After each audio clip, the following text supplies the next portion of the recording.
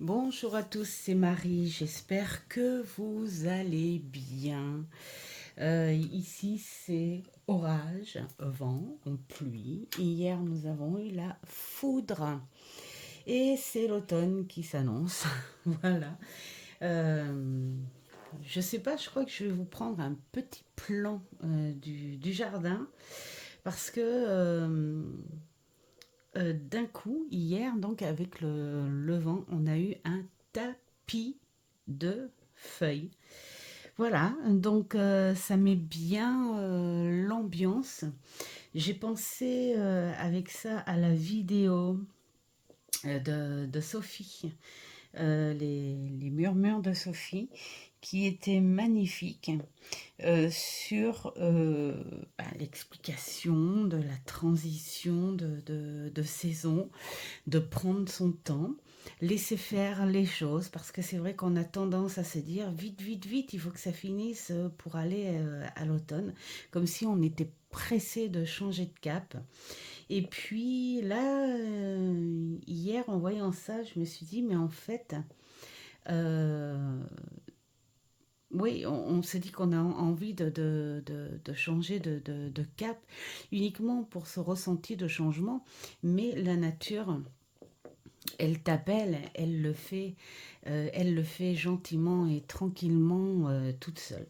Aujourd'hui, c'est pareil, ce sont des orages qui sont annoncés. Alors ce matin, il y a eu une espèce de petite tempête vers 6 heures du mat, hein, parce que j'étais déjà debout. Euh, ah, non, je ne sais pas ce que c'est que ce bruit, c'est pas grave. Et puis en plus, il y a les poules qui sont contentes, elles ont pondu. Donc voilà, elles sont en train de le rabâcher. Et, euh, et donc tout d'un coup, s'est installée une espèce de lourdeur et il n'y a pas un brin de vent. Donc, à mon avis, ça va se réveiller dans pas longtemps. Voilà. Alors, cette petite vidéo, alors elle va durer un certain temps, hein, je pense, donc soit en plusieurs fois. De toute façon, c'est une vidéo qui sera regardée uniquement par les intéressés, évidemment. C'est un petit format que j'ai envie de faire cette année. Je vais tester, voilà. En me disant, plutôt que de faire des présentations, enfin, si, ça je vais en faire encore, hein, genre les nouveautés que je reçois, mais d'appuyer un petit peu plus sur les jeux que je travaille. Alors, j'avais dit que je mettrais en priorité euh, le jeu de le tarot de Villeneuve parce que j'avais envie de le remplacer et puis et bien finalement non pas encore, j'ai été trop attirée par celui-ci et donc j'ai commencé à travailler celui-ci, enfin je l'ai travaillé parce qu'en fait il paraissait peut-être compliqué, mais pas tant que ça. Et donc, du coup, je vais vous faire plusieurs vidéos parce que ça va être sinon des trucs de 3 4 heures là. Donc, je vais vous faire plusieurs vidéos. C'est-à-dire, je vais commencer par les majeurs et ensuite, je ferai les maisons une par une. Voilà. En tout début, en fait, j'ai pris, bien sûr que j'ai pas pris par cœur, bien sûr que je me suis faite des notes, euh, parce que je suis pas du tout à apprendre par cœur.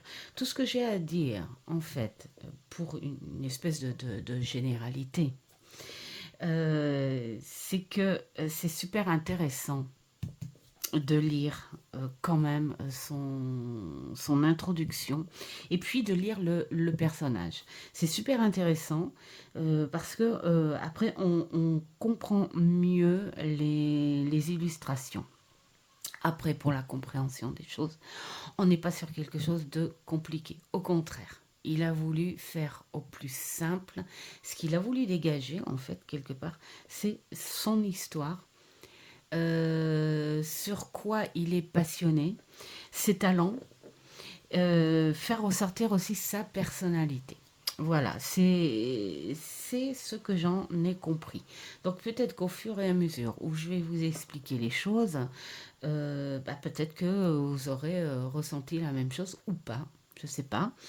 Et puis pour les personnes qui l'ont déjà et qui l'ont travaillé, eh bien voilà, si ça vous intéresse, mettez-moi en commentaire ce que vous en avez ressenti et ce que vous en avez compris à votre manière. Parce que moi, ce que je vais vous expliquer, c'est ce que j'ai compris, bien sûr, à ma manière. Voilà. Alors, on va d'abord, en gros, parler. Bien sûr, je lis ma petite fichette, hein, je le rappelle. On va parler de l'auteur et j'aime beaucoup son personnage, hein. C'est un immigré transgenre et homosexuel et qui vit à New York depuis longtemps. C'est un artiste qui travaille principalement à l'aquarelle et à l'encre. Bon, ça faut dire il est quand même balèze. J'adore. Voilà, c'est un passionné d'histoire multiculturelle et de la sexualité queer et de l'occultisme ésotérique. Et c'est là qui est intéressant de comprendre l'artiste et sa personnalité par rapport à ce qu'il y a là-dedans. Donc en fait, quelque part, la plupart des tarots comme ça, en anglais, hein, il suffit pas de dire, bon, bah, j'ai une base de tarot, hop, je vais m'en tenir là. Ça, vous pouvez le faire, ça c'est sûr, avec ce jeu-là, vous pouvez le faire. Mais pour comprendre les illustrations, eh ben franchement, c'est super sympa de connaître la personnalité de ce monsieur.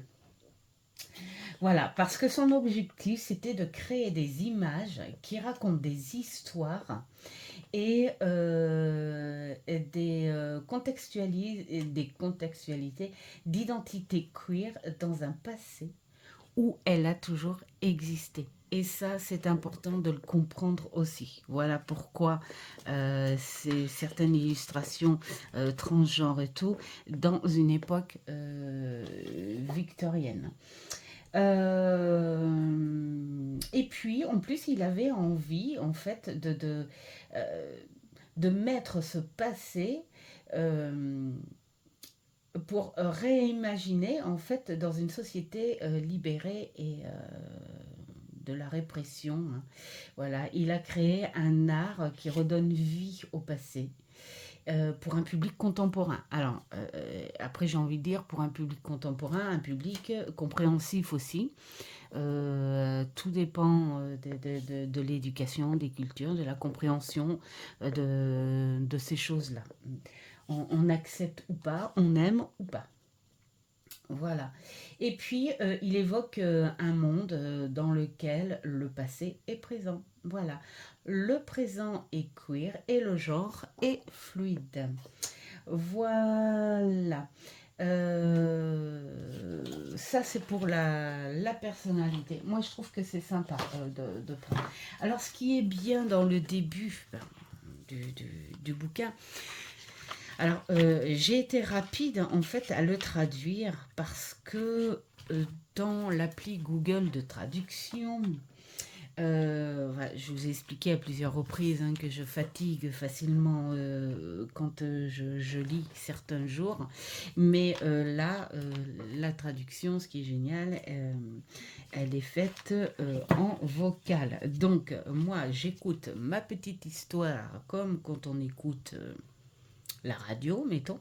Et puis, je note ce qui m'intéresse, bien sûr. Et je note aussi des choses euh, où j'en comprends le sens, mais je note avec mes mots, hein, pas avec ces mots, parce que ces mots sont très, enfin certains mots sont très littéraires et ça fait pas partie de mon éducation littéraire. Donc voilà.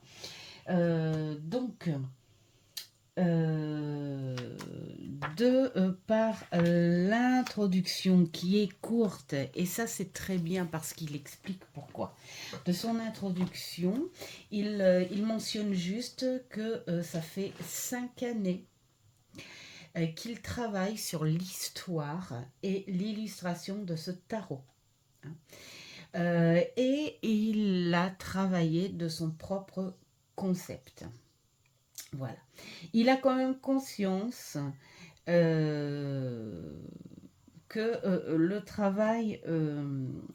travail fait, en fait, euh, enfin, il a envie plutôt de nous faire prendre conscience que ce travail n'a pas été fait à la va-vite. C'est un vrai bébé, c'est une vraie création et c'est quelque chose qui est sorti du cœur et en même temps d'un message fort qu'il a voulu faire passer, hein, quand même. Hein. Ensuite, ce qui est rigolo chez lui, c'est qu'il a envie de faire passer le message, il a envie que euh, ce travail soit reconnu. Donc, quelque part, il nous dit, euh, s'il te plaît, peut-être par respect ou pour me comprendre un peu plus, essaie de lire le pourquoi j'ai fait ce travail. Parce que sinon, après, il nous dit tout simplement, si tu n'as pas envie, quelque part, fais ce que tu veux de ce bouquin. D'ailleurs, il le dit carrément. Hein. Jette-le ou brûle-le. Vraiment, dans ce contexte euh, franc, hein, on va dire. Hein. Mais sinon, ce qu'il veut avant tout, c'est que l'on fasse de bon usage de ce précieux tarot. Il explique son idée sur les cartes renversées, voilà, et qu'il a fait au mieux.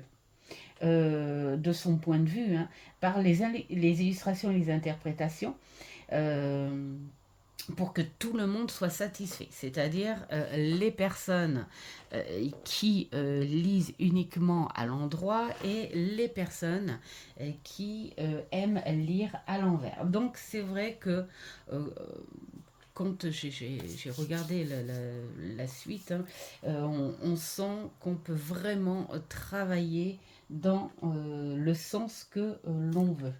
Voilà, il n'y a pas de règles, on va dire. Hein. Donc ça, il explique et tout. Ensuite, le genre. Il a travaillé consciemment les rôles de genre binaire et hétéronormatif. D'accord. Donc, voilà. Il a respecté, en fait, hein, les choses hein, telles qu'elles doivent être de par nature, on va dire.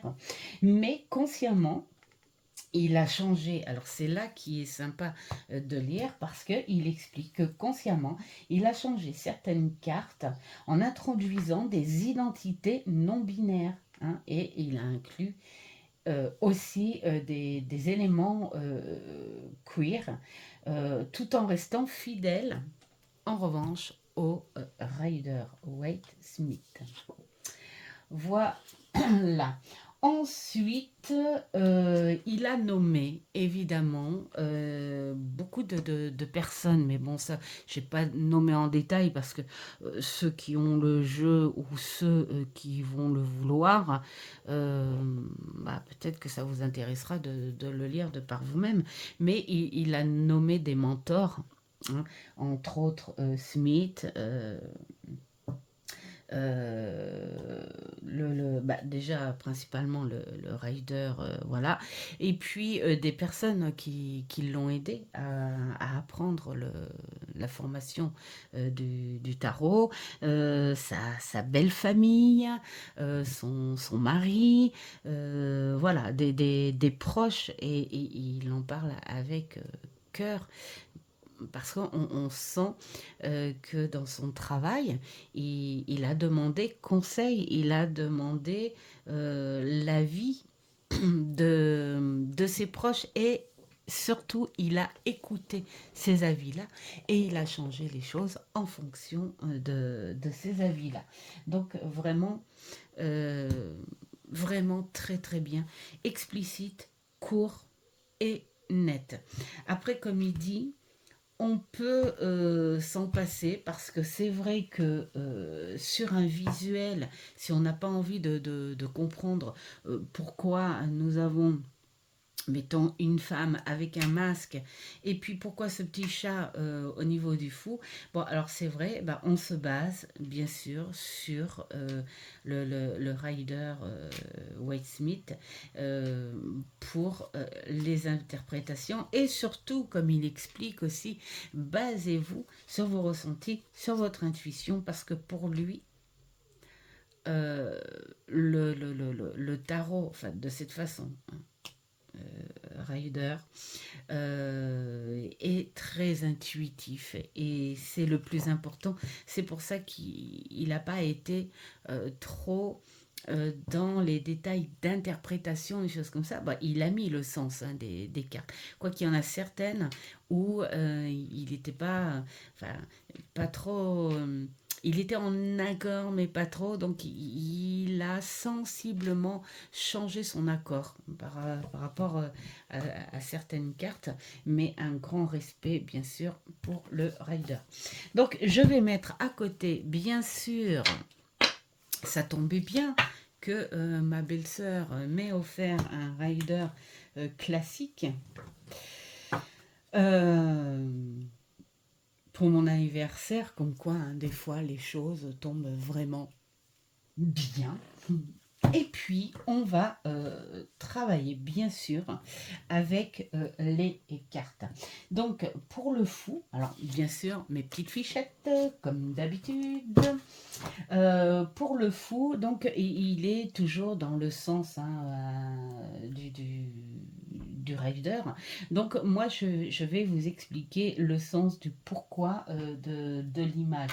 Il s'est inspiré des dires de Rachel Pollack dans son livre 78 degrés de sagesse. Ça, c'est intéressant aussi parce que, eh ben, en fait, quelque part, quand on a envie d'aller un peu plus loin, il donne des titres, il donne des références et tout, où nous, on se dit, bah tiens, pourquoi pas aller euh, bah, acheter ce bouquin pour connaître un petit peu plus cette personne et puis ce qu'elle peut en dire de certains tarots. Voilà. Euh, le fou peut se paraître négatif ou positif en fonction de ce que le lecteur veut lui donner comme identité. Alors il lui a laissé un masque. Voilà. Et ça, c'est bien fait, en fait, hein, dans les mains pour que le lecteur interprète à sa façon. Voilà, je trouve ça bien. Et le chat. Pourquoi le chat? Eh bien, parce que le chat, il aime. euh, attendez, voilà. Parce que il aime les chats. Il préfère, enfin, quelque part les chats, et entre autres les chats noirs. Donc voilà. Et puis pour lui, euh, le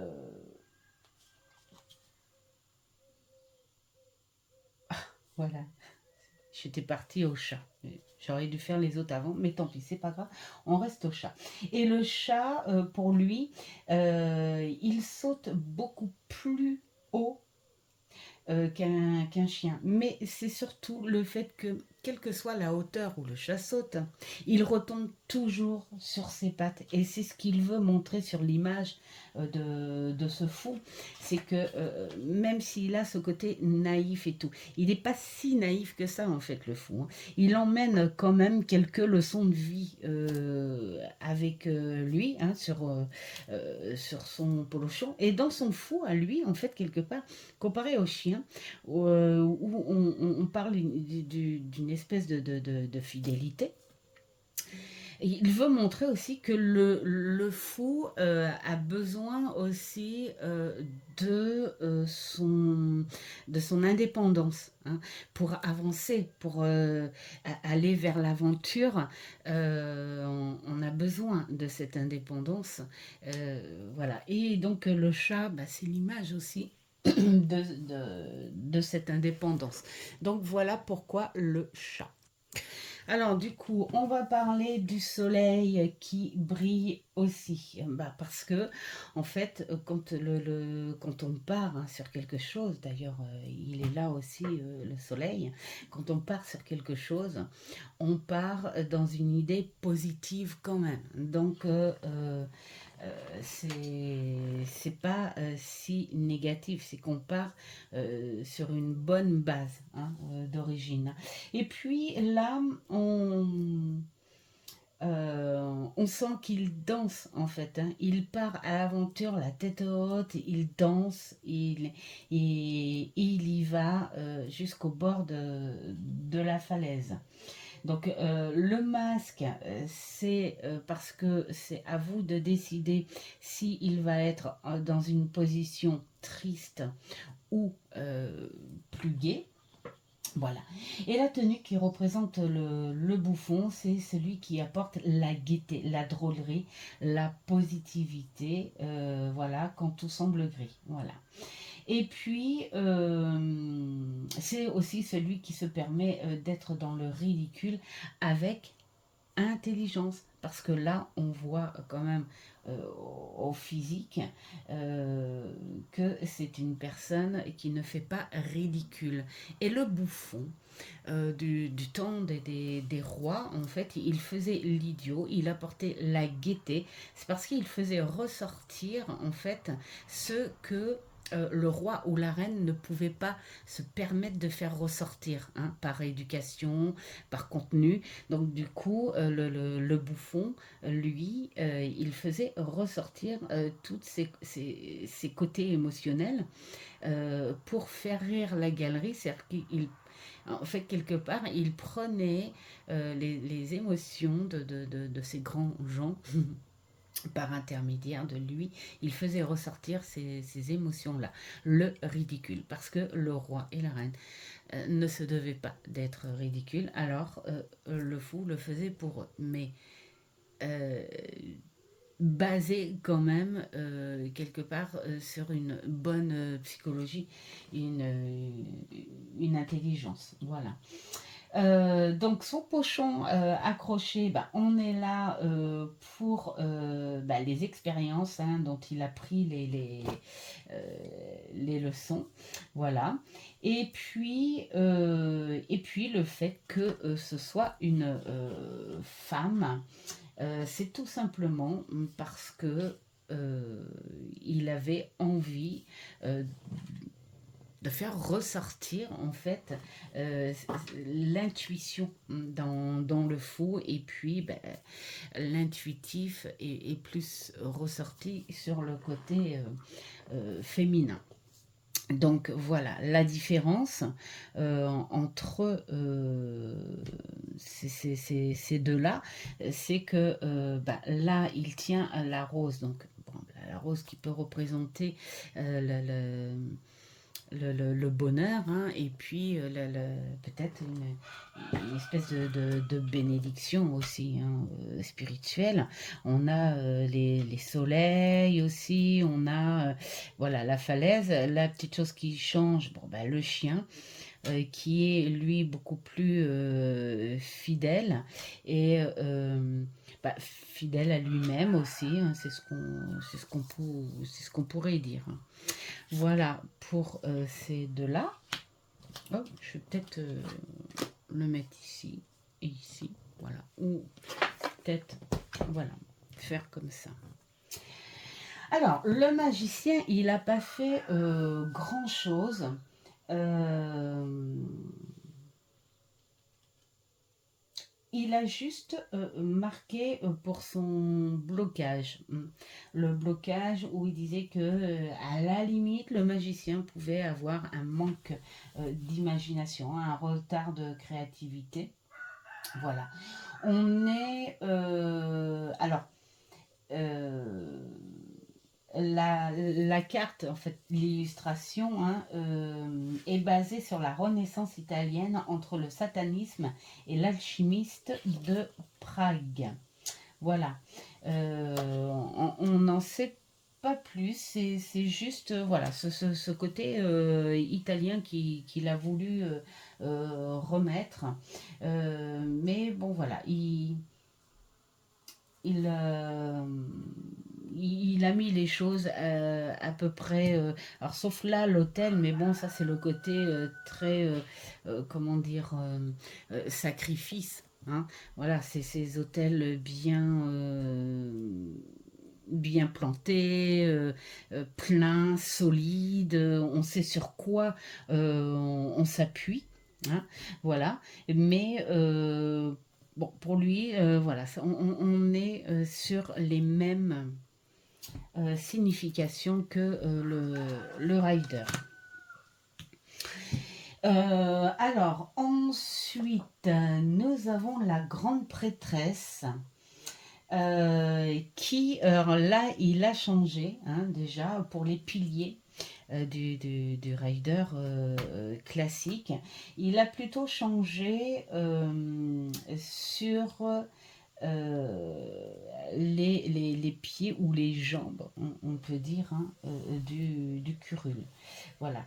Et il s'est inspiré de la Vierge Notre-Dame de la Guadeloupe. Hein, et de son manteau étoilé. Voilà. Euh, Là, il y a aussi Perséphone pour la grenade. Et oui, parce que là c'est Perséphone. Et puis, alors là aussi, si on n'est pas au courant, on ne peut pas le percevoir, on ne peut pas se l'imaginer. En plus, il demande, quelque part dans certaines descriptions, il demande au lecteur, enfin voilà, celui qui a son tarot, d'avoir cette imagination, de se dire que derrière ce voile, là, tu sais, je vais prendre ma petite plume, voilà, derrière ce voile, ici, là, comme il est beau, avec ce ciel étoilé, et bien derrière, il y a des broderies. Voilà.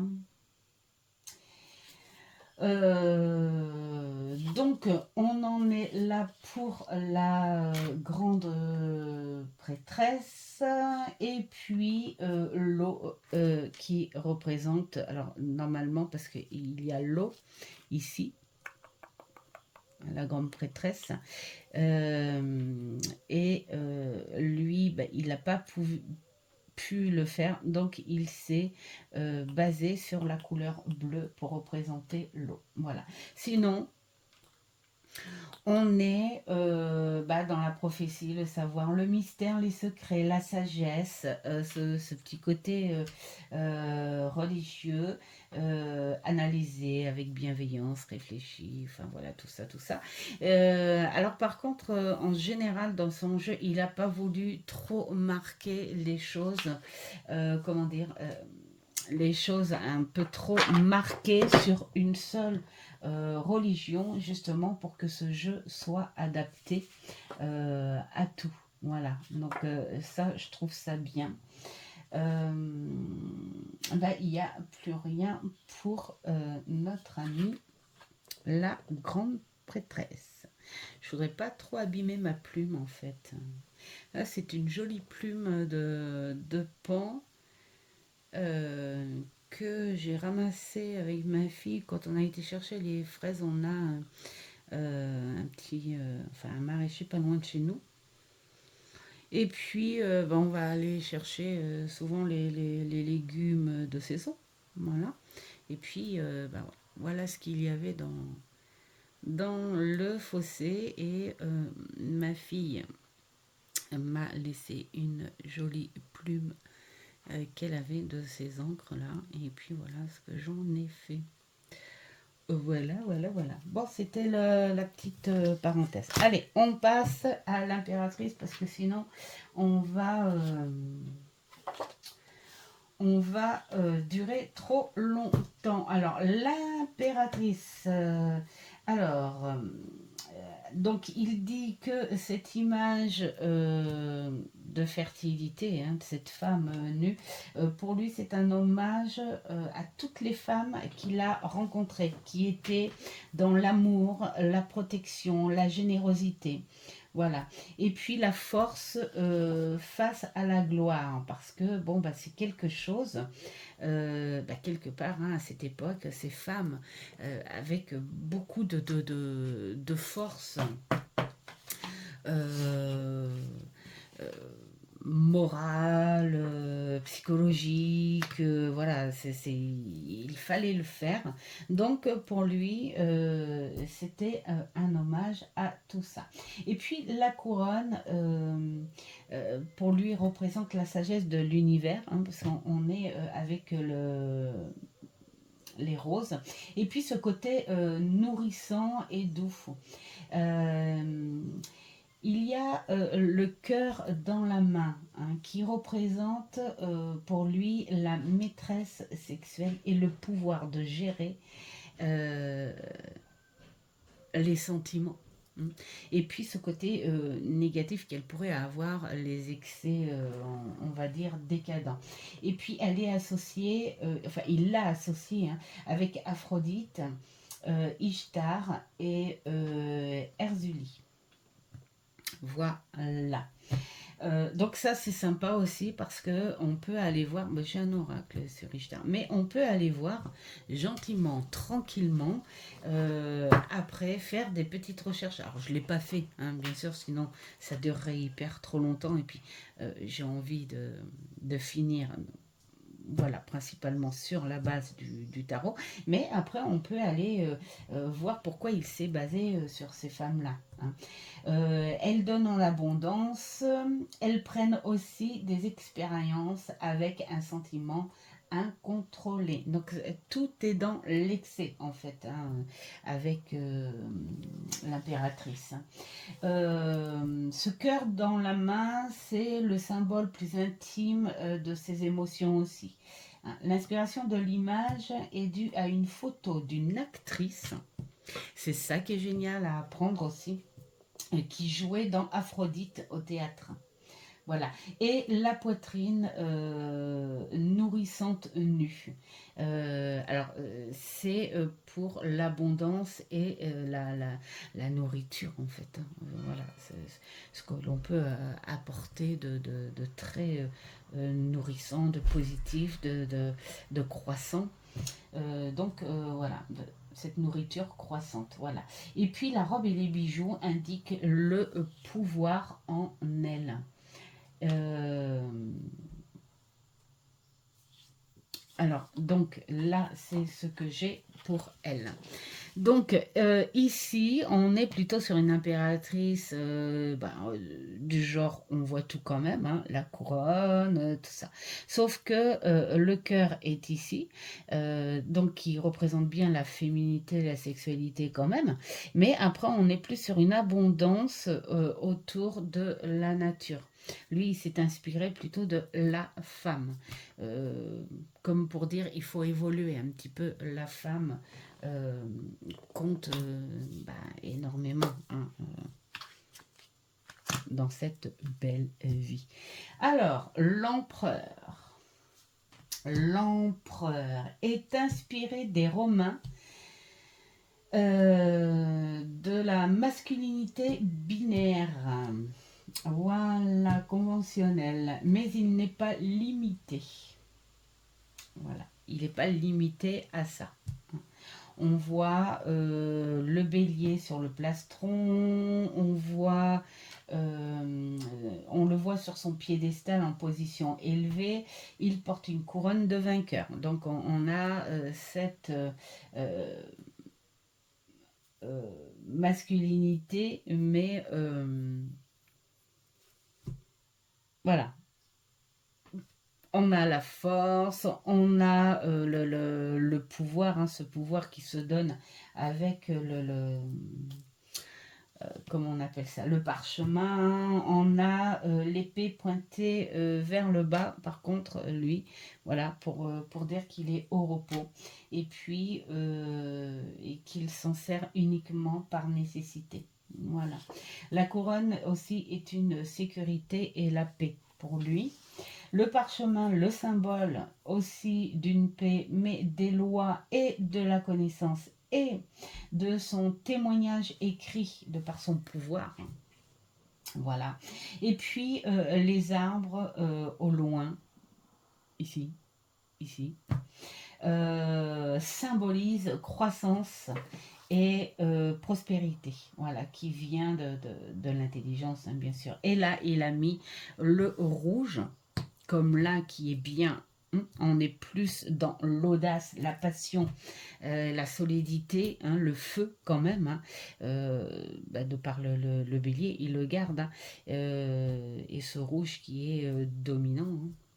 Voilà, ce qui représente la force de l'empereur. Là, ce qui est bien, c'est qu'il l'a élevé. En fait, il est debout. Là, il est plutôt assis, bon, toujours avec son espèce d'autorité, voilà, de ce qu'il est. Mais on sent une espèce un peu plus de fierté. Là, on le sent un peu plus au repos. Genre, j'ai bataillé, j'ai fait ma vie, je vous montre qui je suis, mais je me repose un peu. Là, on est sur quelque chose d'un tout petit peu plus narcissique, peut-être. Voilà.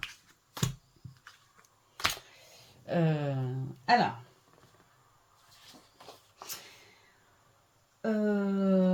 l'empereur, c'est bon. Le hiérophant. Alors,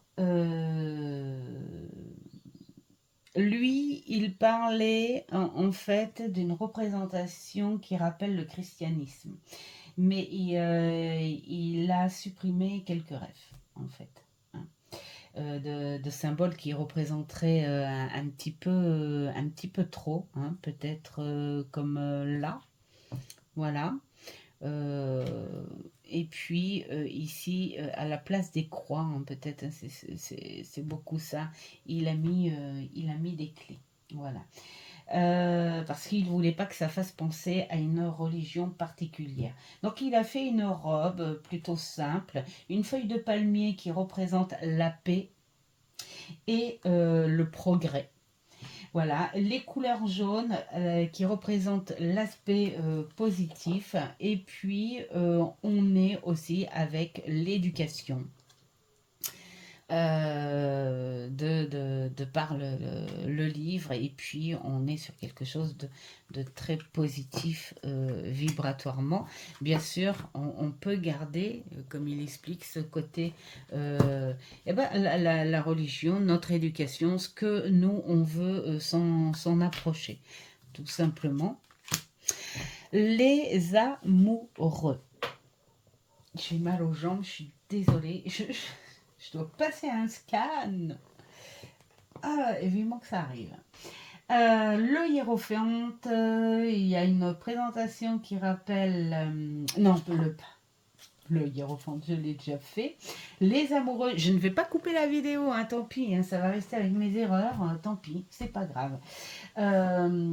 Les amoureux, il a voulu représenter l'union sur toutes ses facettes. Hein. L'image est inspirée d'Adam et Ève, alors d'un artiste, j'espère que je vais bien le prononcer, d'Albrecht Dürer, ou Duré, peut-être. Hein. Donc il y a les arbres, les fruits, hein, qui symbolisent la connaissance de soi, la virilité et la fécondité, amour ou association. Voilà. Les flèches peuvent symboliser aussi la douleur, mais aussi le plaisir. D'accord. La nudité est un sentiment de maturité et vulnérabilité. Et capacité. Voilà. Et le ruban, bien sûr, on est sur le lien. Voilà. Donc là, c'est pareil, c'est uniquement sur inspiration d'un artiste hein, qui a euh, changé les deux sexes, hein, voilà, juste pour le transgenre. Ici, qu'est-ce que nous avons? Là, nous avons le fruit, le cœur et tout. On a l'évolution, on a le lien.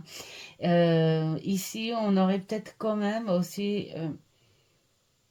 on est plus soudé là. En fait, il a voulu faire quelque chose de plus soudé. Ici, là, on a quand même une décision. Enfin, voilà, le côté du choix à faire. Hein, par rapport à une interprétation, bon, après, j'ai envie de dire, à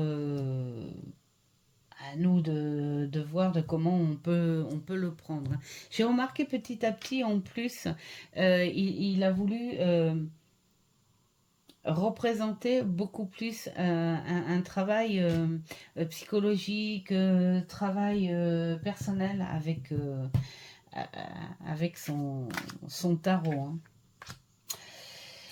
Alors bien sûr, je mets pas dans tous les petits détails de tout, de tout, parce que sinon ça, ça, ça irait un petit peu trop long. Mais voilà, hein, j'essaye de... Voilà. Euh, Là aussi, oui, par rapport aux amoureux, on voit aussi bah, donc les corps trans, hein, et on parle beaucoup du romantisme pour tout genre. Hein. Voilà, c'est ce qui fait ce que le peintre a voulu faire comprendre et que lui a reproduit. Donc là, on est dans le chariot.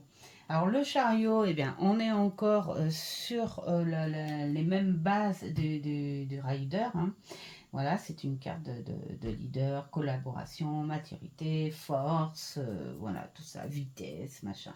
Et par contre, l'image, elle fait référence à Apollon et Hélios à la fois les deux à la fois. Donc, dans enfin, la ref ésotérique hein, qui symbolise les 7 cartes majeures précédentes, tout ça, ça représente ça, tout ça.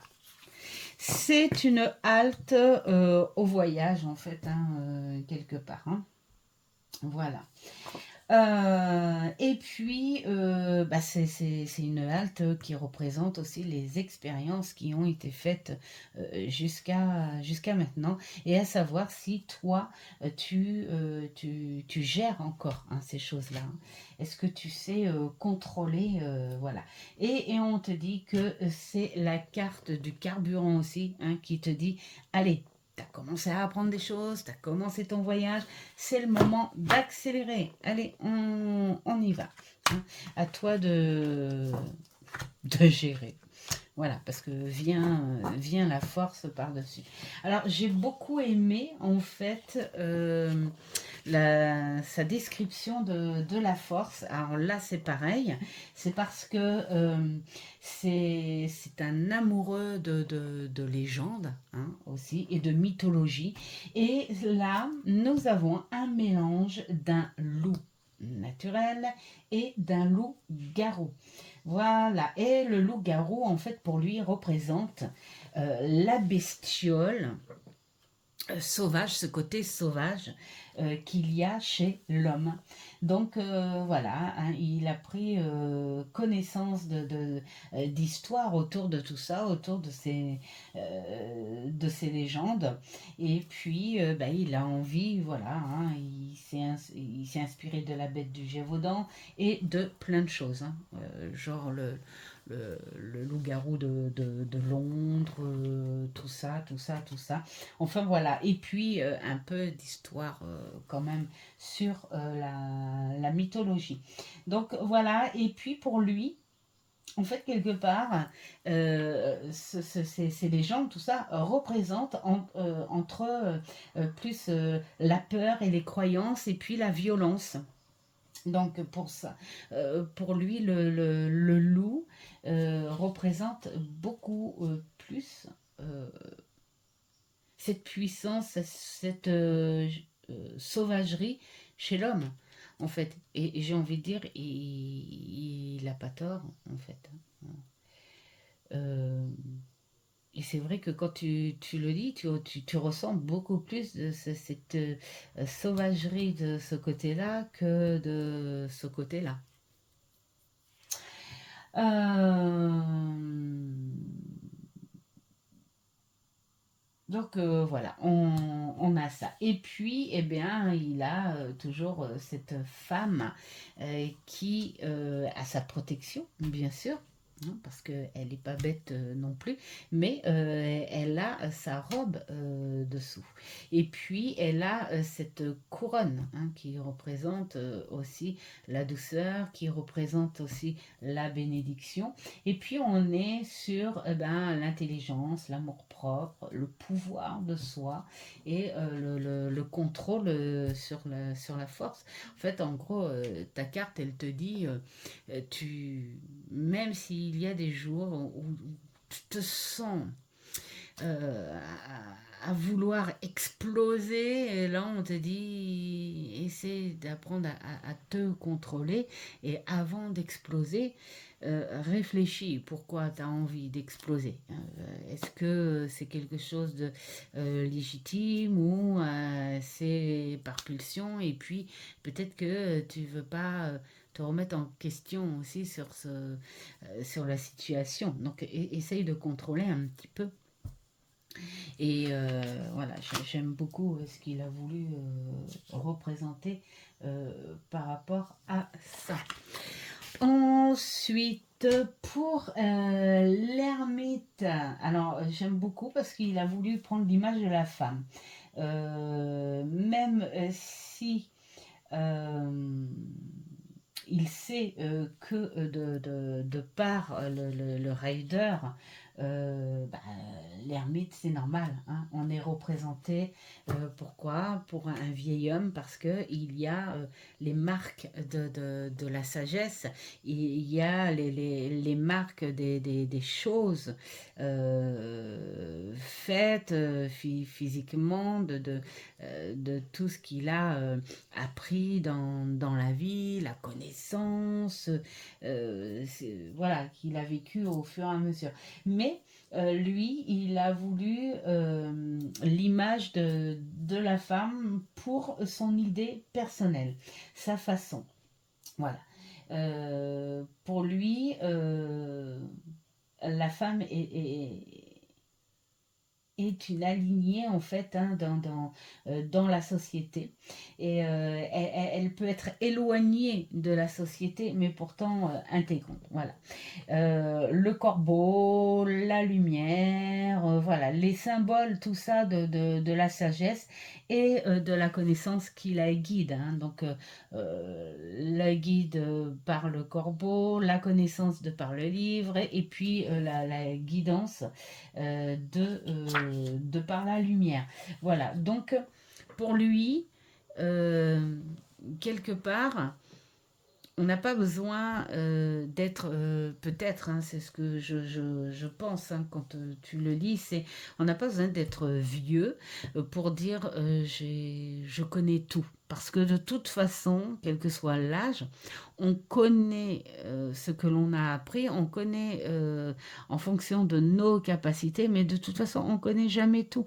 Mais parfois, ben, on peut être plus avancé hein, à se nourrir de connaissances.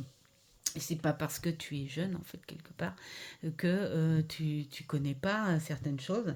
Donc tu peux apprendre aussi hein, de la jeunesse. Et puis mettre la femme sur le piédestal comme ça par rapport à la connaissance, c'est aussi peut-être à l'époque où ces femmes devaient justement se nourrir.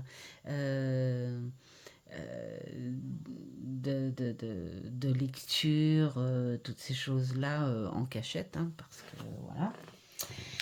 Et donc, euh, il fait honneur à ça. Voilà. Alors, la roue de la fortune. fortune, eh ben, là, la roue de la fortune, c'est pareil. On est basé sur les mêmes dires que le rider, sauf que lui, c'est pareil. Là, il n'a pas voulu mettre les symboles un petit peu trop religieux. Du coup, il a préféré mettre, et ce qui est pas mal aussi, hein, parce que dans la vie, on vit avec quoi? Eh ben, on vit avec tous les éléments, l'air, la terre, l'eau, le feu. Voilà, on vit avec tout ça. Donc il a, pas, il a voulu montrer quelque chose de plus ancré, plutôt ou de plus rationnel, plutôt que des choses de plus subtiles comme des énergies supérieures. Donc là, il a voulu dire que dans la vie, en fait, tu vis avec ce qui est palpable ou ce qui est visuel, en fait, hein. Et donc là, il s'est inspiré aussi de la capricieuse déesse Fortuna qui fait tourner la roue du monde en distribuant au hasard des aubaines ou des malheurs. C'est voilà la roue, elle te dit pas forcément chouette, ça va changer dans le bon sens. Elle te dit les choses changent. Donc peut-être que bon là aussi hein, ça dit la même chose. Ou où, où on te dit, voilà, tout va bien là maintenant, mais ne fais pas trop enfin, ne lâche pas trop prise, parce que il y a des choses qui vont changer, donc fais attention à ce que ça se dégrade pas. Ou si tu es plutôt dans le côté négatif et que la roue sort, ben là on te dit les choses vont changer. Il y a des choses que tu vas réussir à travailler, enfin à faire, et voilà. Donc, négatif, positif, ça change. Euh, et puis, il a mis une humaine sur cette illustration pour symboliser que même si ça peut être du hasard, euh, le changement, ce hasard, en fait, il représente aussi le résultat de ton comportement à certains événements, de tes décisions aussi, et qu'il faut quelque part pas trop en vouloir à ce destin, hein, parce que bon, c'est très humain hein, de dire c'est pas de ma faute à moi, et que eh bien c'est la faute au destin ou j'ai pas de peau en ce moment et c'est encore des énergies basses et tout. Les changements peuvent venir peut-être de quelque chose que ça fait longtemps dont tu as pris la décision et tout d'un coup ça réapparaît et voilà. Donc c'est plutôt, on te dit que c'est ce changement, il vient de toi aussi, hein, de par tes actes, hein. C'est pas de la magie, hein. Donc voilà. Et puis donc sur chaque coin les éléments et puis il voulait pas que cette femme soit trop traditionnellement religieuse. Voilà, bah, on le voit hein, quand même, hein. Elle fait penser un petit peu aussi quand même à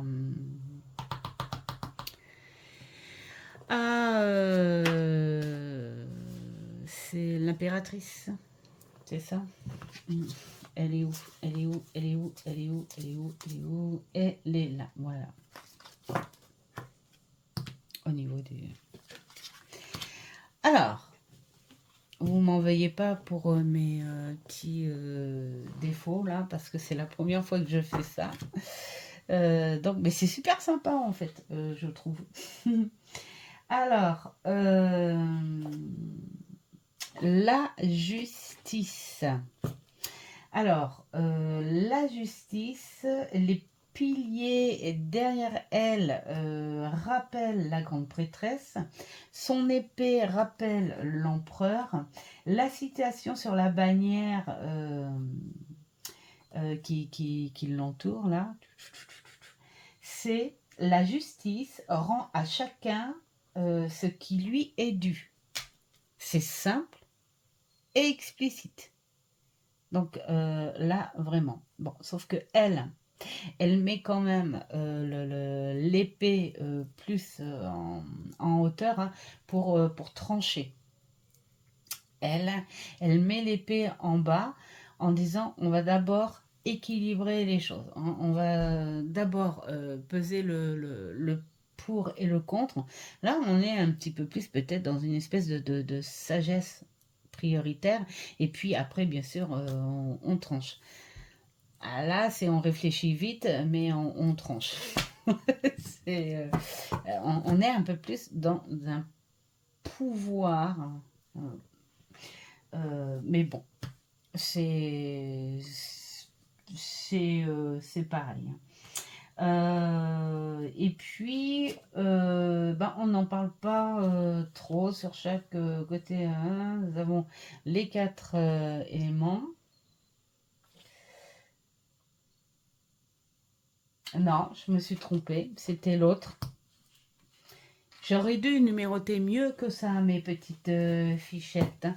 Ça n'est point grave. Non, c'était tout pour la justice. C'était là qui était plutôt sympa. Alors, je reprends. J'étais partie voir ma fille. Alors, là, ça y est, j'ai bien relevé les numéros. J'ai mis des tout petits numéros sur mes fiches, donc du coup, j'avais du mal à reprendre. Et puis, du coup, je me retrouvais à dire la même chose. C'est bétouille quand même.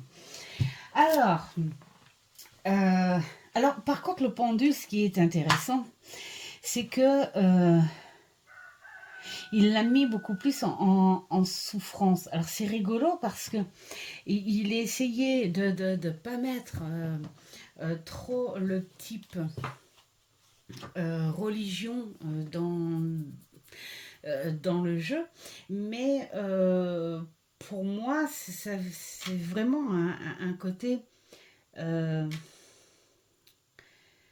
euh, biblique, quoi, hein. C'est de dire d'arriver à se transformer euh, sur un truc spirituel, hein, sur une psychologie spirituelle, ou c'est ça, ressentir cette transformation, mais de par la souffrance. Et, et c'est rigolo, parce que moi, j'ai jamais vu que ce soit Raider ou machin. Alors après, j'ai pas fait les autres sens, hein, style Tot, tout ça, mais j'ai jamais vu, enfin, j'ai jamais ressenti plutôt cette carte comme une souffrance. Et d'ailleurs, on le voit là. On le voit, il est même presque détendu ici, hein, quand même. Il y a le soleil, il est détendu et il se dit, j'ai pas le choix. C'est vrai qu'il y a un passage où on se dit, j'ai pas le choix. Ça pourrait presque même ressembler à l'ermite en disant, bah, allez hop, il faut réfléchir. On se pose, tant pis si ça ralentit les choses. Mais on se pose, on réfléchit, bah, on prend conscience de certaines choses. C'est vrai qu'on pourrait aussi se remettre en question, et quand on se remet en question, bah, ça peut être de par la tristesse aussi. Mais là, il dégage quand même plus de souffrance, de sacrifice. Voilà. Il a fait en fait cette illustration beaucoup plus sur un côté spirituel. Alors je reviens parce que je vais éternuer. Normal, le vent se lève. Ça y est, ça va repartir. Alors pour cette illustration, c'est l'image de Saint-Sébastien, mais avec un corps transmasculin. Voilà. Alors, les bandeaux qui se détachent, c'est le symbole de la libération. Donc, il se délivre, hein, de par la souffrance, bien sûr, mais il se délivre quand même, hein. Il sait qu'il ne restera pas dans ce piège. Voilà. Et donc, c'est pour ça qu'il a voulu mettre un visage un peu plus féminin, qui est celui de l'extase divine, symbole euphorique de la liberté personnelle en fait. Donc c'est vraiment, on est vraiment sur quelque chose de profond en soi. C'est pour ça que je vous ai dit que petit à petit, on avait quand même cette impression qu'on était là sur un passage beaucoup plus, on va dire, travail sur soi, hein, et que là on est quand même sur quelque chose d'un peu plus ancré. Ouais. Qu'est-ce qu'il a voulu montrer? Ah, ça aussi j'adore, mais là on le voit aussi, hein, quelque part, hein, où l'arbre c'est le symbole au sacrifice du dieu Odin, et qui resta suspendu 9 jours et qui est mort, hein, et puis il est ressuscité, pas ressuscité, voilà. Voilà, comme pour montrer un sacrifice de soi, encore. Et puis aussi pour dire que Saint-Sébastien n'est jamais mort sur l'arbre, hein. C'est vraiment un mélange qu'il a fait, où les branches fleuries représentent la force de la vie. C'est-à-dire que c'est un passage, là aussi, on te le dit, hein. Il y a une délivrance et tout, on te le dit, c'est un passage. Tu es obligé d'y passer, mais c'est un passage, hein. Il y a quelque chose qui s'éteint, ce qui est obligé, et ça c'est pas mal aussi à dire, hein. Mais il y a quelque chose qui renaît, hein, au fil des saisons. C'est-à-dire tu meurs et tu renais. Bah, intérieurement, c'est pareil. Tu te remets en question, tu laisses des choses mourir, et puis tu renais, hein. C'est comme quand tu es triste par rapport à une situation. Moi, c'est l'image simple que je donne, en fait, hein, quelque part, hein, où tu te purges parce que tu pleures, tu pleures, tu pleures, tu pleures. Et puis, quand ton corps ne veut plus vider ses larmes, c'est comme si tu avais tué cette tristesse. Et une fois que tu as bien pleuré, tu vois, que ton corps est fatigué, tu as mal à la tête, la souffrance, tu as mal aux yeux, tu as le nez bouché, tu peux même pas dégager une parole de ta gorge, hein, la souffrance. Mais tout d'un coup, tu te sens soulagé. Soulagé, détendu, tu as pleuré, tu t'es purgé, tu as vidé, tu es mort, en fait tu as tué cette tristesse, tu l'as laissé sortir de ton corps, tu l'as tué et tu reviens. Donc là on parle de transformation au fil des saisons, tout comme une plante aussi, hein. La plante elle meurt là bientôt. Il y en a certaines qui ont commencé, hein, les hortensias, tout ça. Voilà, la plante, elle meurt et puis au printemps, elle revient. Donc là, on est un peu sur la même chose. Il a voulu représenter aussi la transformation qui se nourrit des difficultés et qui nous enseigne plutôt qu'une chose en vaut la peine, même si ça implique quelque chose de douloureux. Donc c'est vrai que cette carte, pour moi, elle fait beaucoup plus puissante et beaucoup plus en douleur. Après, moi je suis quelqu'un quand même d'un peu plus simple. C'est-à-dire que t'es pas obligé non plus de souffrir quand même pour changer les choses. Enfin, je sais pas comment expliquer, mais parfois on peut accepter, accueillir, accorder, pourquoi pas, euh, des choses sans spécialement avoir une telle souffrance. Euh, ouais, voilà, mais bon, voilà. Et là, c'est marrant parce que, bon, bah, on représente quand même cet arbre avec l'évolution, hein, la renaissance. Mais là, on insiste beaucoup plus sur l'intellect que le physique. Après, c'est vrai que la souffrance, elle fait très mal, hein. On a les maux de corps. Euh, on va dire la mort.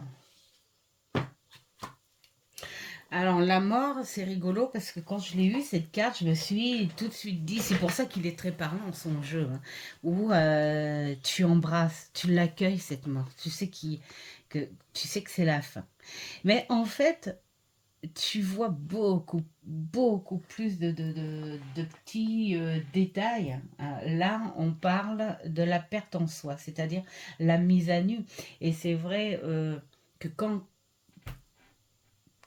tu es au plus bas, enfin quand tu laisses partir les choses et tout, que tu sois euh, riche, pauvre, château, petite maison, cabane, tôle de tente, enfin voilà, le point commun de tous sur cette terre, même avec les animaux et la nature, c'est que la mort, elle vous met au même niveau.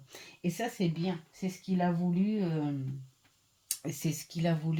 faire représenter quelque part, hein. La mort nous égalise et nous unifie tous. Voilà. Au pied de la mort se trouvent les ornements. Baguette, qui est là. Couronne, qui est là. La couronne, c'est pour le pouvoir. En fait, là, elle te fait une renaissance avec des bases. C'est-à-dire que quand tu vas renaître, elle va te dire, attends, tu vas pas renaître tout nu, tout nu, tout nu non plus, hein. Tu vas renaître avec des choses acquises, des choses que tu as en toi. Donc là, on te dit que tu as un livre pour la connaissance et la sagesse, un poignard et une épée, rien que ça, pour les conflits, des pièces de monnaie et le calice aussi pour le pouvoir, le conflit, le plaisir et la richesse terrestre, hein, bien sûr, et un sablier pour le passage incessant du temps. Ça veut dire que on te dit, tu vas reprendre encore avec certaines capacités, certaines croyances, certains enseignements, certaines sagesses, enfin, avec une maturité ou une naïveté, ça dépend, hein, tu vas reprendre avec des bases, mais dis-toi que c'est plutôt à toi, en fait, euh, de t'en servir pendant ce temps-là. Et si tu n'as pas pu t'en servir, eh ben, tu vas recommencer autre chose. Tu vas recommencer. Le cycle va s'achever et tu vas prendre ce que tu as appris, tu vas prendre ce qui est en cours d'apprentissage et tu vas continuer. Voilà. Le temps, lui, euh, il t'accompagne et c'est pas toi qui le gère, c'est lui qui te gère. Donc, pendant qu'il t'offre son temps, justement, prends ton travail, prends ce que tu as en profitant de ce qu'on t'a offert. Et puis, bien sûr, dans la bienveillance, évidemment, hein. Et là, ce qu'on voit aussi, ce que j'ai oublié, l'arbre, bien sûr, qui déploie ses feuilles pour dire que tu es dans un éternel recommencement. Et oui, comme la plante. Alors, je trouve, je vais insister quand même un petit peu, qu'elle est beaucoup plus parlante de son regard que là. Et là, on voit quand même ce côté beaucoup plus contemporain et ce changement en fait psychologique que l'on a, même si on garde comment dire, des empreintes, hein, de certaines éducations, l'histoire, tout ça, mais on avance et on comprend des choses beaucoup plus euh, riches pour moi, hein, qu'à une certaine époque. Voilà. Et c'est pour ça que je trouve cette nudité très, très, très parlante, en fait. Alors, la tempérance, il avait juste envie de mettre de la douceur dans ce pouvoir un petit peu plus masculin. Vous voyez, il y a eu une carte où il avait envie de mettre le côté féminin en avant pour euh, le savoir, voilà, tout ça, l'intelligence, l'intuition, tout ça.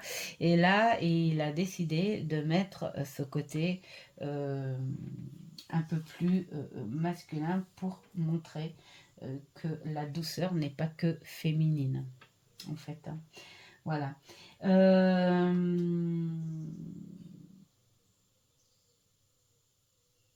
Alors, il a gardé ce côté angélique parce que de toute façon, la tempérance, c'est ça. Hein, c'est le calme, c'est l'équilibre, c'est toujours bah, le pied dans l'eau, on est dans les émotions, on est dans euh, la compréhension, on est enfin, sur ce truc un peu médiateur, hein. On est à un parcours où là c'est pareil, on fait une espèce d'équilibre, mais beaucoup plus spirituel. Donc voilà, il a gardé ses ailes qui sont aussi longues que son corps, mais très très solide. Là, on te fait plus appel à, à ta foi, en fait, hein, quelque part. Hein. Voilà, sans prononcer encore ce côté religieux particulier, mais là, on fait appel à ta foi profonde. Voilà, là, on a un petit côté un petit peu plus sectaire, je trouve, peut-être. Hein. Enfin, attention, hein, c'est ce que je ressens, mais c'est pas du tout ce que d'autres peuvent ressentir. Donc là, le tempérance, c'est bon. Alors, le diable, alors ça, j'ai bien aimé. La première fois que j'ai présenté le tarot, enfin présenté, ouais, on va dire présenté. La première fois que j'ai présenté le tarot, d'ailleurs, Sophie, on a rigolé, hein, on a discuté un petit peu avec ça.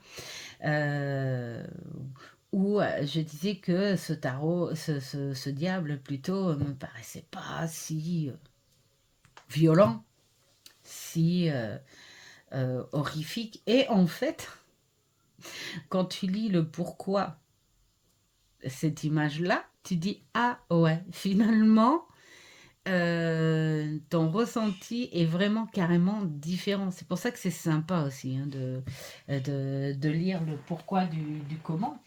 Et puis, dans son diable, donc, il y a un mélange d'inspiration, donc, de par les légendes, les histoires qu'il aime. Hein. De toute façon, tout est basé sur ce qu'il a travaillé, ce qu'il a aimé. euh, euh, et puis de sa curiosité. Hein. Et là, il s'est basé sur l'inspiration de Lilith, un mélange, hein, et d'Ève. On parle pas de là, hein. On parle de là. D'accord. Et le concept féminin diabolique.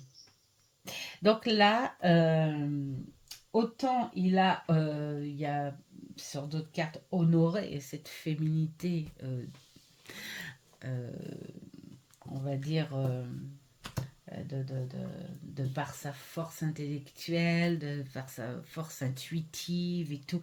Mais autant il peut nommer que la femme peut être très, très, très diabolique. Et nous avons quand même un soupçon de Lucifer hein, pour sa rébellion. Voilà. Et là, nous sommes sur l'inspiration, en fait, d'une peinture, hein, de l'art de Jérôme Bosch. Voilà, pour la conception finale de la figure et la langue et de la tête entre ses jambes, et qui est là. Voilà, c'est une alternative en fait ludique aux deux organes génitaux. Moi, je trouve ça génial, hein. Euh, Parce qu'il voulait que ce soit visible. Voilà. Et puis, j'ai beaucoup aimé parce que là, on voit les amants.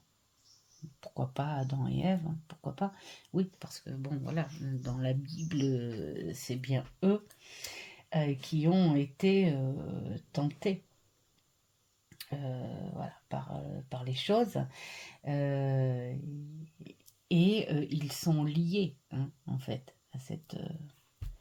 à cette tentation qui peut être commune, mais à la fois très différente. Voilà. Peut-être lui le pouvoir et l'autorité, et puis peut-être elle beaucoup plus matérielle et l'abondance, hein, possible. Tandis que là, il a voulu faire quelque chose de différent en disant que toi, là, hein, tu as main, oui c'est ça, bras et puis pieds liés. Donc ce qui fait que tu peux pas. Là il te tient, hein, voilà, il te tient, il te gère. Tu peux vraiment pas t'en dépatouiller. La seule chose qui pourrait te délivrer, en fait, c'est ton mental. À toi de voir. Est-ce que ton mental te bloque aussi physiquement? Et puis là, ce côté-là, en fait, il est lié, mais pas si lié que ça, hein, de ce côté-là. Il est lié, mais il a les jambes libres. Et il peut partir comme il veut, quand il veut. D'ailleurs, il fait remarquer qu'il est prêt à se lever pour partir. Mais ce diable les contrôle quand même avec une certaine moquerie, on va dire, euh, parce qu'ils sont dans l'emprise quand même, hein. Et il y en a un qui est dans... Ils sont tous les deux en fait dans une emprise commune intellectuelle. Alors attendez.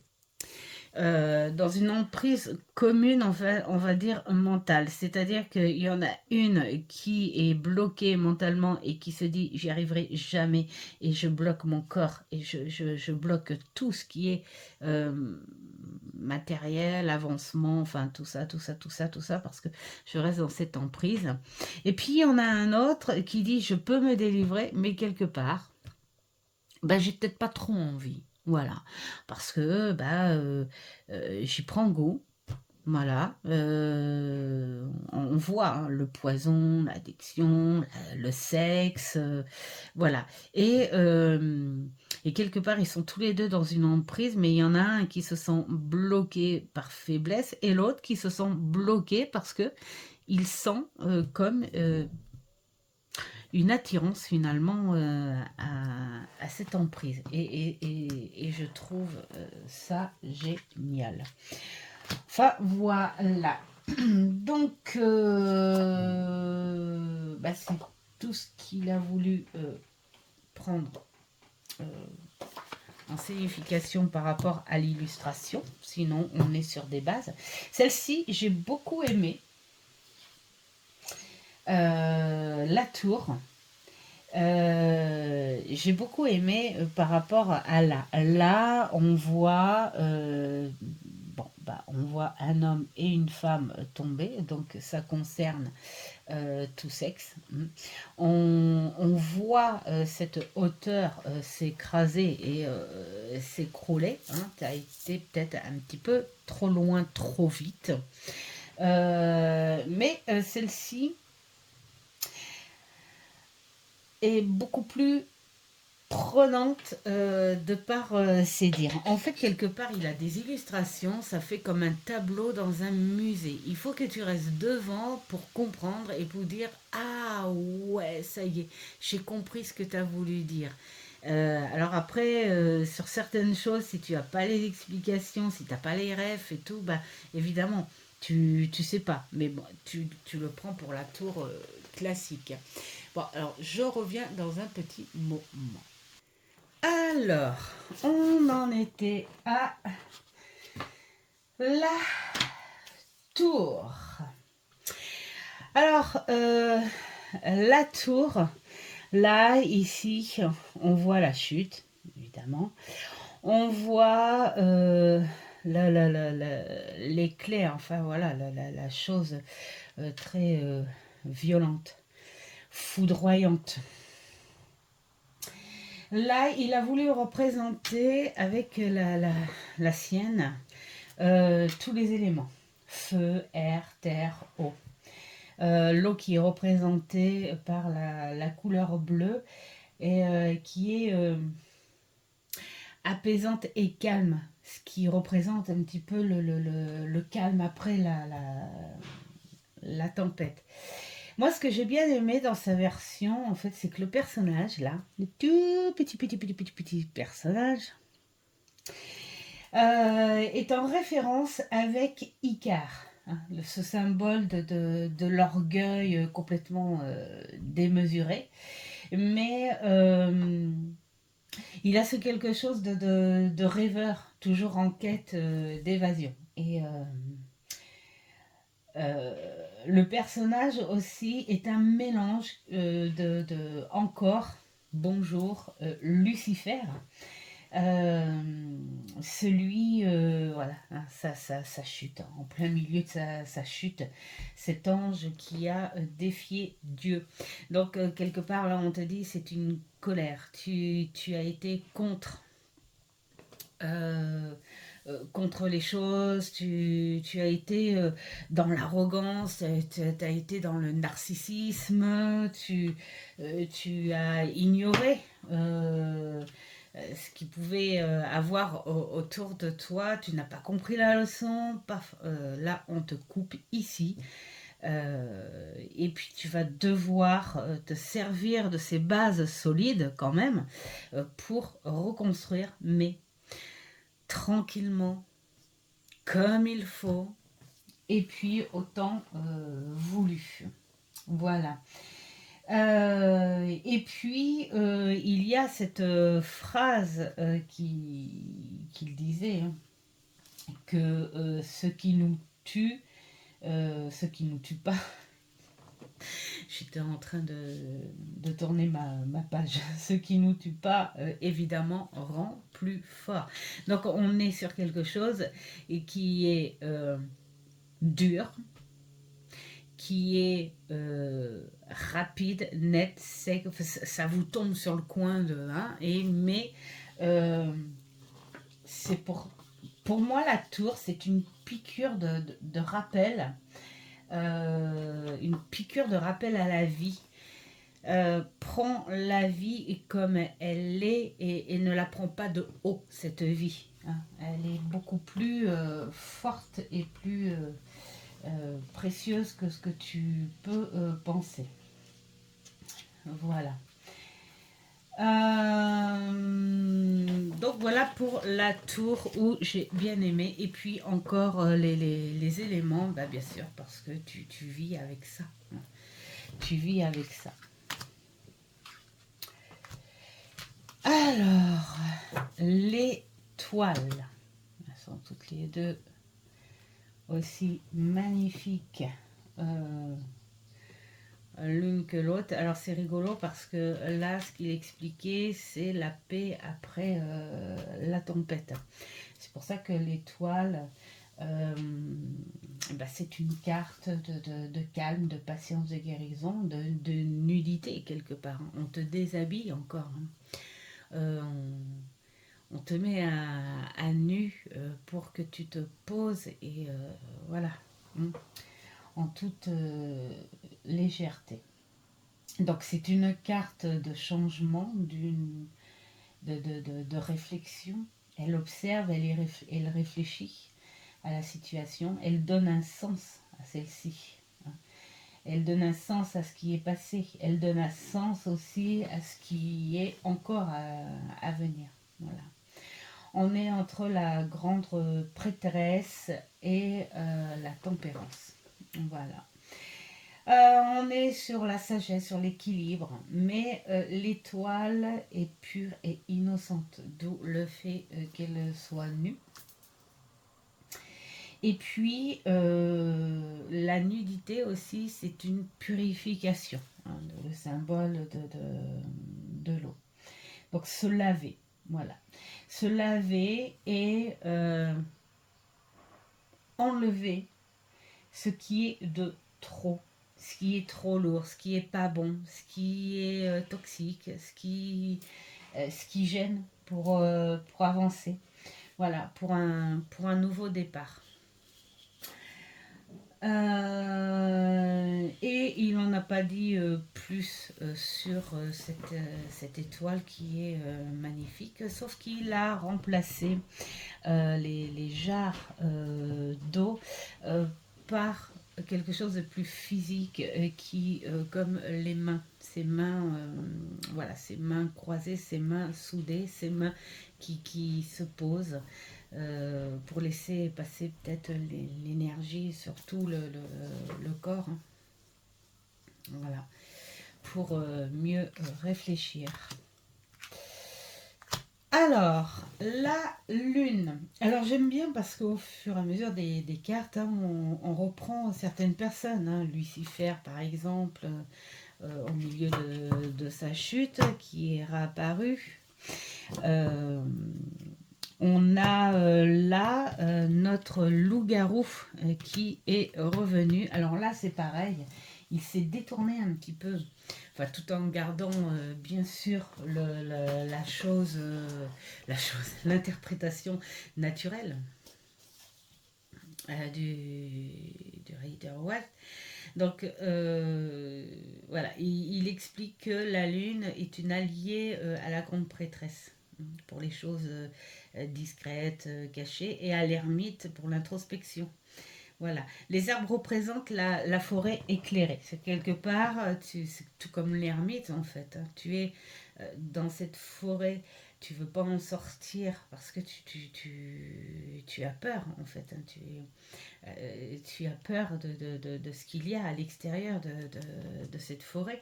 Et le côté ermite, on a ce hibou qui est là pour la sagesse. Et puis la lune, elle est là pour t'éclairer aussi. Elle t'éclaire, elle te dit tu peux sortir de cette forêt. Et puis on a ce loup-garou qui représente cette fois la force. Hein. Et puis ce côté sauvage aussi qui peut être domestiqué. Donc là on te dit que tu as peut-être ce côté rebelle, ce côté où tu as peur aussi, voilà, ce côté craintif. Le côté sauvage, ça peut être aussi un côté craintif. Et la lune, elle est là pour t'apaiser, pour te domestiquer, pour te dire, je suis la lumière, viens, suis le chemin que j'éclaire. Et le hibou, il insiste en disant, tu apprendras rien si tu n'avances pas. Voilà. Donc, il est aussi pour les émotions dans les rêves et dans les cauchemars, le hibou. Donc voilà, quelque part, il s'est complètement... enfin, il n'a pas voulu que ça ressemble au passage. Hein. Voilà, les arbres, ici, on est avec ces supports. Là, il y a plein d'eau pour les émotions, les choses comme ça, le pour et le contre, enfin, les sentiments différents. Voilà. Il n'a pas voulu ce sens-là, mais on est à peu près dans le même esprit, hein, sauf qu'on n'a pas Il l'a pris différemment, quoi. Moi, j'aime beaucoup cette version-là. Voilà. Donc là, dans son dire, hein, c'est que pour lui, la lune, en fait, vous dit d'affronter ton ombre, de pratiquer aussi la conscience de soi, hein, c'est-à-dire être vraiment en d'affronter la réalité aussi, hein, de prendre conscience que les choses sont là, elles sont comme ça, et plutôt que d'aller à côté ou d'accuser aussi, parce que ça c'est le truc très fort de l'humain, bah, c'est plutôt de se comprendre en soi et puis d'accepter son comportement, d'accepter qui on est et puis d'accepter d'avancer avec ce que l'on a, pas avec ce que les autres ont, avec ce que tu as. Voilà. Donc et puis elle te dit de te réconcilier, hein, avec ta part d'ombre et de faire un équilibre avec la personne que tu es réellement. Voilà, tout simplement. Et puis de s'épanouir aussi dans la vie sociale. Oui, parce que quelque part, la lune, c'est un peu ça aussi, c'est de se mettre en retrait, de se renfermer, hein, dans ses émotions, hein, dans son mental, ce qui peut bloquer un petit peu. Voilà. Alors, le soleil. Alors, le soleil, j'ai bien aimé aussi son truc. Enfin, voilà, quand tu regardes, euh, le soleil te dit, la phase là, c'est moitié couleur et moitié noir et blanc. Et c'est pas pour rien parce que là, on te voit une ruine, on voit le jardin derrière. Et noir et blanc, pourquoi? Parce qu'on te dit que ça fait partie du passé. On te dit que il faut laisser parfois certaines choses derrière soi et puis prendre du mauvais. Enfin, dans les choses désagréables, en fait, quelque part. Dans les choses désagréables, il y a toujours des choses bonnes à prendre, soit en leçon, ou soit pour t'en servir, pour faire autre chose. Donc lui, ce jeune homme, en fait, ce qu'il a fait dans ce jardin euh, grisonnant et délabré et en friche, hein, comme on dit, il a vu qu'il y avait quand même des fruits, des fleurs, des choses qui étaient là, qui ont mûri, qui ont fleuri, qui ont donné de la couleur à toutes ces ronces, ces ruines, voilà. Donc il en a fait une guirlande, et une guirlande d'abondance. Et il est sorti de ce jardin, c'est-à-dire que de ce jardin, il a récupéré que le meilleur. Voilà, et il en a fait une guirlande d'abondance. Donc là, on te dit de laisser une expérience derrière soi, hein. Qu'elle soit bonne ou mauvaise, en tout cas, c'est une expérience qui n'avait plus à être avec toi. Donc prends ce que tu dois prendre, prends ce que tu penses être bon pour toi, et puis avance avec ça. Hein. Voilà, on te dit que cette abondance, elle va nourrir ton corps et ton esprit à l'avenir. Voilà. Elle te fait penser aussi que tout ce qui est bon, sa couronne d'abondance, il l'a faite de lui-même. Ça veut dire que c'est pas c'est quelque chose à travailler. Tu prends en expérience ou tu analyses la situation et tu prends le bon côté des choses de cette situation, mais tu le prends avec tes propres ressentis, avec ce que tu penses, avec tes propres décisions. Enfin voilà, tout t'appartient. Tout, cette guirlande t'appartient. C'est toi qui la fabrique. Et j'adore euh, sa façon hein, de s'exprimer par rapport à ça.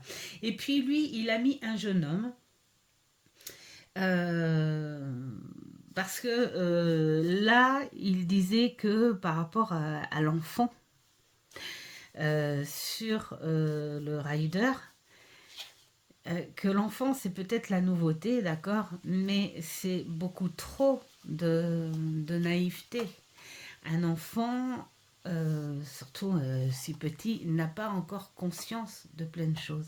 Alors que le soleil, on est quand même sur une histoire qui est déjà bien avancée, avec des leçons prises, qu'elles soient acquises ou pas, qu'elles soient comprises ou moins comprises, mais on a déjà une belle avancée.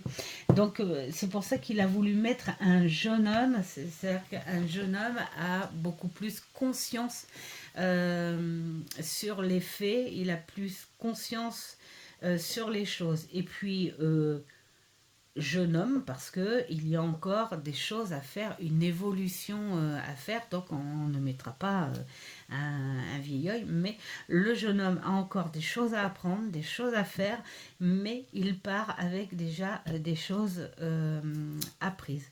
Donc pour lui, c'était plus sympa de mettre un personnage un peu plus mûr qu'un enfant pour représenter le soleil. Donc c'est plutôt, enfin moi j'aime beaucoup son interprétation par rapport à cette illustration. Le jugement. Alors, le jugement parle de ta propre responsabilité. Alors c'est rigolo parce que là, il y a plein de personnes qui pourraient se reconnaître là-dedans. Où lui, il disait que quand il a appris le tarot, il avait du mal à discerner cette différence entre la justice et le jugement. Et il a compris que la justice, c'était des choses très matérielles, très terrestre, hein, enfin voilà, et puis bah, c'était des choses, euh, c'était les règles, c'était l'éducation, voilà. Alors que le jugement, il a compris à force que c'était quelque chose de plus profond, que c'était quelque chose en toi. Hein, que tu te faisais ta propre critique, que tu travaillais sur ta responsabilité. Là aussi, on est encore un petit peu dans une petite introspection, mais avec la critique. C'est-à-dire que regarde bien, vois bien avec un regard honnête quand même. Hein, que ça peut pas être que de la faute des autres. Ça peut être de toi aussi. Qu'est-ce que tu pourrais arranger? Qu'est-ce que tu pourrais travailler? Voilà. Et puis surtout, assumer que il y a des choses qui ne vont pas parce que tu as pris peut-être la mauvaise décision ou parce que tu as eu un mauvais comportement. Voilà, plein de choses en soi que de négatifs et qu'on n'aime pas du tout faire ressortir. Et voilà. Alors, il explique aussi qu'au début, il a voulu dessiner traditionnellement le jugement, genre l'ange et puis les personnes décédées, et comme le Smith, quoi. Mais il en a passé une très mauvaise nuit. Il s'est senti mal.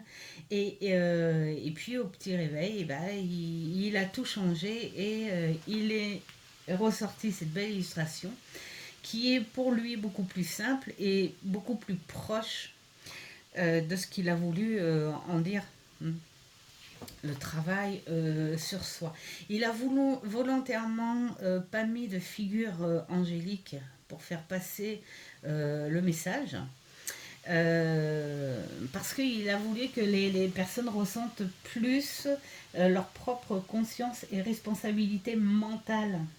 Voilà, ce truc qu'il y a en nous, plutôt que d'avoir un visuel sur une force supérieure extérieur pour dire que tu es quand même beaucoup plus capable de bosser pour toi quand même un petit peu. On peut pas, c'est très humain aussi, mais on peut pas non plus compter tout le temps sur la dictature, sur les gens qui doivent choisir à ta place, sur les gens qui doivent dire qui tu es à ta place. Donc il a préféré euh, voilà, ne pas mettre de visage et pour dire que ça, c'est ta conscience, ça, c'est toutes tes facettes et travaille avec. Voilà, tu n'as pas besoin euh, de cette puissance extérieure.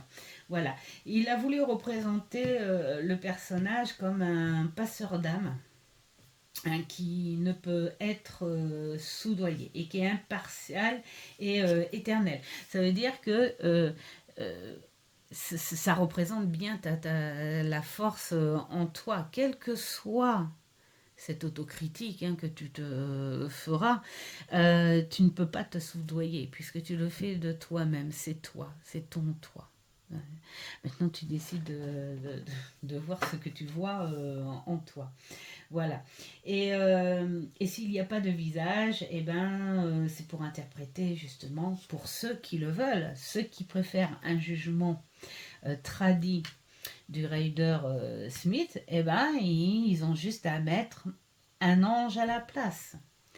Et ceux qui se fient, qui préfèrent cette interprétation-là, eh bien, voilà, il n'y a pas de visage à ça. Voilà. Oui, alors là, après, ils disent Dieu ou la mort. À nous de voir suivant notre ressenti. Moi, j'aime beaucoup celui-ci. Voilà. Et puis, donc, nous arrivons à la dernière au bout de 1h40. C'est balèze et c'est pas grave. Ce sera peut-être moins long les autres. Hein. Là, c'est une première, donc fallait bien voilà, que ça bug un petit peu. Donc, pour le monde, moi j'aime beaucoup quand il explique, on le voit pas trop, mais là ici il a mis un pied vraiment sur quelque chose euh, de palpable et donc il a mis un pied pour le matériel et l'autre dans le vide pour la liberté. Je trouve l'équilibre génial. La feuille de palmier pour la paix et le progrès. Voilà. Et puis la torche pour la passion et la création et l'élan personnel. Voilà, les éléments sont présents avec un peu de subtilité. C'est comme la terre, elle est représentée par les fruits, les feuilles et les fleurs. Et puis l'eau, c'est pareil, parce que la terre a besoin de l'eau pour... ouais, c'est vraiment subtil. Mais une fois que c'est dit, c'est bien fait. Hein. L'eau humidifie la terre et la terre nourrit les... Voilà. Le feu est représenté par la torche et le vent, c'est-à-dire l'air, est représenté pour la danse dans l'espace et les cheveux en mouvement dans l'air. Donc, bon, voilà, j'aime beaucoup.